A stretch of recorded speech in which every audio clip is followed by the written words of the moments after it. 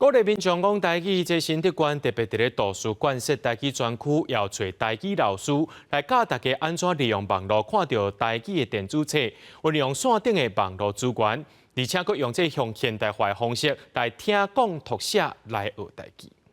手机摕伫咧手的时阵，你有看到这个字袂歹，我想要看线顶有无？你会使看过你线顶的 APP， 好，敢扫描，好，啊就知影哦。听完老师的教学，大家人紧摕起手机来试看卖咧。试用的民众表示，透过线顶台语学习资源，会当随时学台语，感觉真方便。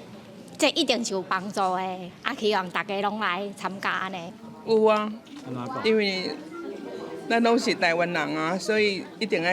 了解台语啊。学台语当时行，台语老师表示，电子册除了会当互民众随时伫线顶阅读学习以外，对老师来讲，也是一种真好用的工具。台语因为大家拢爱讲时行，所以电子资源会使种下来，你会使备课、背课，吼，啊你嘛会使找物件，讲我今日要教啥，啊，佮伊内底嘛有一寡囡仔歌，你会使教。甲伊做伙学囡仔歌，甲伊做伙唱，啊嘛有迄有声书，有迄声音会使出来，嘛有音乐，所以你会使做这，啊嘛有佫一种是，你会使看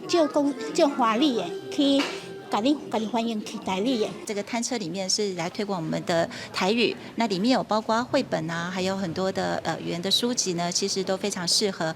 不管孩子